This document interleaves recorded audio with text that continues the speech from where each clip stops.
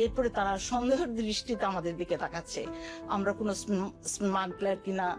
হাইতিতে একটা কলেরার severe outbreak হয়, যেখানে আমাদের আইসিডিডিআর থেকে আমাকে, আমি মমতাজ, আমার নার্সিং অফিসার এবং ক্যাথরিন কস্টা নার্সিং অফিসার দুজনকে সিলেক্ট করা হয় ইমার্জেন্সি রেসপন্স টিমের সাথে কাজ করার জন্য। আমাদের টিমে ছিল হলো 8 জন আমরা ছিলাম। এখানে ডক্টর ছিল 2 জন, তারপরে হলো আপনার সায়েন্টিস্ট ছিলেন, তারপরে হলো এনভায়রনমেন্টালিস্ট ছিলেন। আমরা শুরু করলাম জার্নি। এয়ারপোর্ট থেকে দুবাই গেলাম, দুবাই থেকে কাসাব্লাঙ্কা। কিন্তু আমরা তখনও জানতাম না যে আমাদের জন্য কি অপেক্ষা করছে। এরপরে আমরা পৌঁছালাম গিয়ে ফ্রান্সের অর্লিতে। ফ্রান্সের অর্লিতে আমাদের ট্রানজিট ছিল। আমরা ওখানে রাত 8টার দিকে পৌঁছাই। তারপরে ফ্লাইটটা ছিল নেক্সট পরের দিন সকাল 8টায়। কিন্তু ঘটনা ঘটলো এরকম যে ওই অর্লিতে আপনার রাত 12টার পরে ওই এয়ারপোর্টটা টোটালি ক্লোজ করে দেয়। যে কারণে আমরা তো গিয়েছি, আমরা আছি, ওয়েট করতেছি। কিন্তু কিছুক্ষণ পরে আমাদের ওখানকার সিকিউরিটি গার্ড বা ওদের অফিসিয়ালসরা এসে বলতেছে যে আপনারা তো এখন থাকতে পারবেন না, তো আপনাদের এখান থেকে চলে যেতে হবে। কিন্তু আমাদের তো শুধু এয়ারপোর্ট ট্রানজিট আছে, কিন্তু ফ্রান্সের ল্যান্ডে যাওয়ার অনুমতি নাই। এরপরে তারা সন্দেহের দৃষ্টিতে আমাদের দিকে তাকাচ্ছে, আমরা কোনো স্মাগলার কিনা, আমরা কোনো ক্রাইমের সাথে জড়িত কিনা। এরপর আমাদেরকে এই 8 জনকে এক জায়গায় রাখা হলো এবং ওরা হিউজ আমাদেরকে চেক করলেন, একবারে সব লাগেজ পুঙ্খানো ভাবে আমাদেরকে চেক করলেন। এদিকে আমার কলিগ ক্যাথরিন কস্টা, ইনি তো যেখানে যায় বাস ঘুমিয়ে আছে, সুযোগ পাচ্ছে ঘুমিয়ে আছে, যে বড় অপত আছে। তারপর আমাদের সাথে এয়ার সায়েন্টিস্ট ছিলেন, উনি ছিলেন রামেন্দ্র দা। উনি বোধহয় পিএইচডির জন্য উনি ফ্রান্সে পড়ালেখা করেছিলেন। কিন্তু উনি যখন ওই ফ্রান্সের ল্যাঙ্গুয়েজ দিয়ে কথা শুরু করছেন, কিন্তু ওনারা কিছুতেই কিছু মানছে না, মানে তারপরেও সন্দেহ করতেছে আরো বেশি করে। আমরা দেখালাম আমাদের ইনভাইটেশন লেটার দেখালাম, কিন্তু কিছু অ্যাকসেপ্ট করছে না, যে না, এটা লিগেলি আমরা we are not suppose to stay, because এটা টোটালি ক্লোজ হয়ে যাবে। তারপরে ওনারা কাগজপত্র কিছু তৈরি করলেন। এরপরে আমাদেরকে নিয়ে গেলেন স্কট করে, সবার সাথে একজন করে আর্মি দিয়ে আমাদেরকে নিয়ে গেলেন একটা বাসে করে একটা রেস্টুরেন্টে। কিন্তু মজার ব্যাপার হলো, রেস্টুরেন্টে যখন গেলাম তখন ওনারা আমাদেরকে যে থাকতে দিচ্ছে, রুম দিল। আমি আর ক্যাথরিন শেয়ারিং করতেছি এক রুম।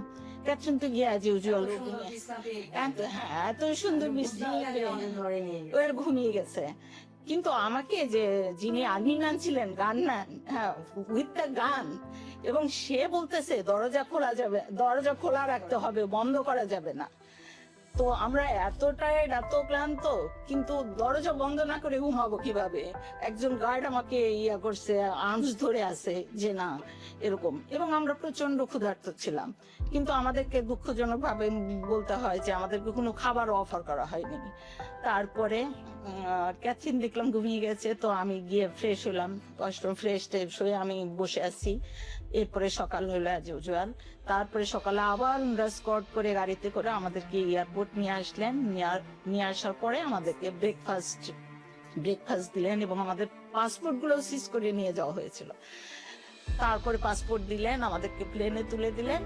তারপরে আমরা হাইতি দিকে নামলাম। সো ফার্স্ট একটা এক্সপিরিয়েন্স যে হাইতিতে নামার পরে যেটা, যে এরা এই পানি বাহিত রোগ, যেহেতু ডায়রিয়া বা কলেরা, এরা মানে টোটালি পানি খাওয়াই ছেড়ে দিচ্ছে।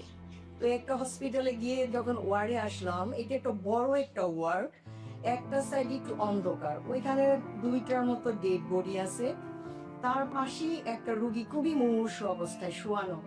তো আমি তো দেখলাম যে রুগীটা সিভিয়ার ডিহাইড্রেশন, উইদিন সেকেন্ড যদি আমি আইভি লাইন এস্টাবলিশ না করি রুগীটা মারা যাবে। তো আমরা তো ওদের রুগীকে ধরতে গেলে আবার আমাদের পারমিশন লাগে। তো আমাদের সাথে আরো 2 জন আমেরিকান নার্স ছিল। তো আমি বলছি যে তোমরা যাও পারমিশনের জন্য, আমি রুগীর কেয়ার শুরু করি, আইভি দাও। তো আমরা যেহেতু ডিজাস্টার সিচুয়েশনে কাজ করতে যাই, আমরা কিছু আর টেকনিক ইউজ করি। আমাদের পকেটে সবসময় আইভি দেওয়ার মতো উপকরণ সাথে ছিল, যেমন বাটারফ্লাই, টুনিকেট, এগুলো আমাদের সাথে ছিল। তো রুগীটা দেখলাম একদম মরমর, যে একদম মারা যাওয়ার মতো অবস্থা। তো আমি আমার কলিগ মমতাজ আপাকে বললাম যে তোকে আমার হাতে টুনিকেট আছে, আপা আপনি ধরে আর আমি আইভিটা দিই। তো আপা ধরলো হাতটার, আমি আইভিটা লাইন্স এস্টাবলিশ করি। করার পরে 2 থেকে 3 লিটার খুব তাড়াতাড়ি আইভি চলে যাওয়ার পরে উনি চোখ খুলে তাকাইলো। তো ওনাকে পরে আমরা শুনলাম যে ওনারা ডাক্তার নার্স ওখানে সকাল থেকে ট্রাই করছে আইভি দেওয়ার জন্য, বাট ফেলিওর। এবং যেহেতু আইভি না দিলে রুগীটা মারা যাবে, এই কারণে ওনাকে কিন্তু ডেড করে পাশে রেখে দেওয়া হয়েছে, যেন কিছুক্ষণের পরে সে মারা যাবে। তো আমরা আইভি দেওয়ার পরে সে বেঁচে উঠলো এবং সে বললো you are angel in my life. এবং আমি মনে করি এটা আমার মোস্ট প্রফেশনাল প্লেজার। আমরা যখন বিভিন্ন হসপিটাল ভিজিট করতাম, ওদের দেশের যে লোকাল সিস্টার গুলো তারা স্কিলড, কিন্তু তারা এতটা ভয় পেতেছিল যে হলো কি তারা gown, mask, head cover, food cover everything পরে আছে, তার ভয় পাচ্ছিল রুগী আসলে। কিন্তু এতটা সিভিয়ার আউটব্রেক যে প্রতি 5 মিনিট 10 মিনিট পর পর পেশেন্ট আসতেছে এবং সিভিয়ার ডিহাইড্রেট পেশেন্ট। তো বাইরের থেকে যারা নার্স আসছে, আফ্রিকান নার্স বা আমেরিকান নার্স, তারা খুব যত্ন করে কাজ করছে। এরপরে তো আমরা তাদেরকে ডেকে এনে বুঝালাম যে হলো কি না, আসলে কলেরা তো আপনার ছোঁয়াচে না, এটা জাস্ট হলো অরোফিক্যাল রুট, এটা মুখ দিয়ে প্রবেশ করে। আপনি যদি আনকন্টামিনেটেড ফুড এবং ড্রিঙ্ক না করি তাহলে আপনি সেফ, আপনার এই ডায়রিয়া বা কলেরা হওয়ার সুযোগ নাই। তো আমরা বলার পরে ওরা আসলো, তারপরে আমরা কাজ করতে থাকলাম, আমরা অ্যাসিস্ট করলাম, তাদেরকে দেখালাম কলাপস ভেনে কিভাবে আইভি দিতে হয়, ট্রেনিং গুলো। এরপরে আমাদের ডিরেক্টর চলে আসলেন, এসে তো উনি আমাদের সাথে কিছু বলছে না, যে আমরা তো অ্যাকচুয়ালি পেশেন্ট টাচ করার অনুমতি ছিল না, বাট আমরা ডিরেক্টলি কাজ করতেছি পেশেন্টের সাথে। উনি তাকায় আছে যে আল্লাহ কি সহজে এত তাড়াতাড়ি, এত স্কিলেরা যেগুলো এত তাড়াতাড়ি আইভি দিচ্ছে এবং এত সুন্দর করে শেখাচ্ছে। এরপরে তারা বললো যে না, আপনারা আমাদেরকে ট্রেনিং দিবেন।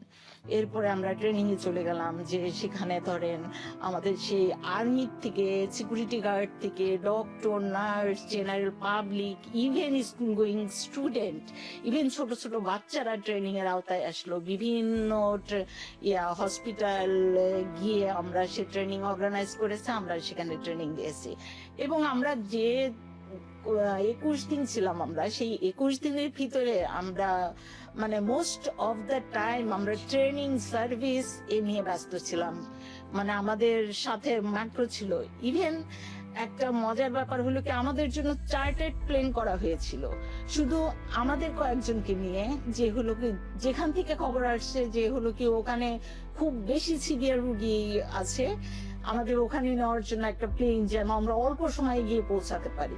ডিজাস্টার সিচুয়েশনে কাজ করা একটা নার্সের যেটা আলাদা একটা শক্তি লাগে, আলাদা একটা সাহস লাগে। ডিরেক্টলি যে পেশেন্টের সাথে কাজ করে যে তারা যে কতটা নির্ভর করতেছিল আমাদের উপরে, এই এক্সপিরিয়েন্সটা আমাদের জন্য অনেক বড় ধরনের ছিল।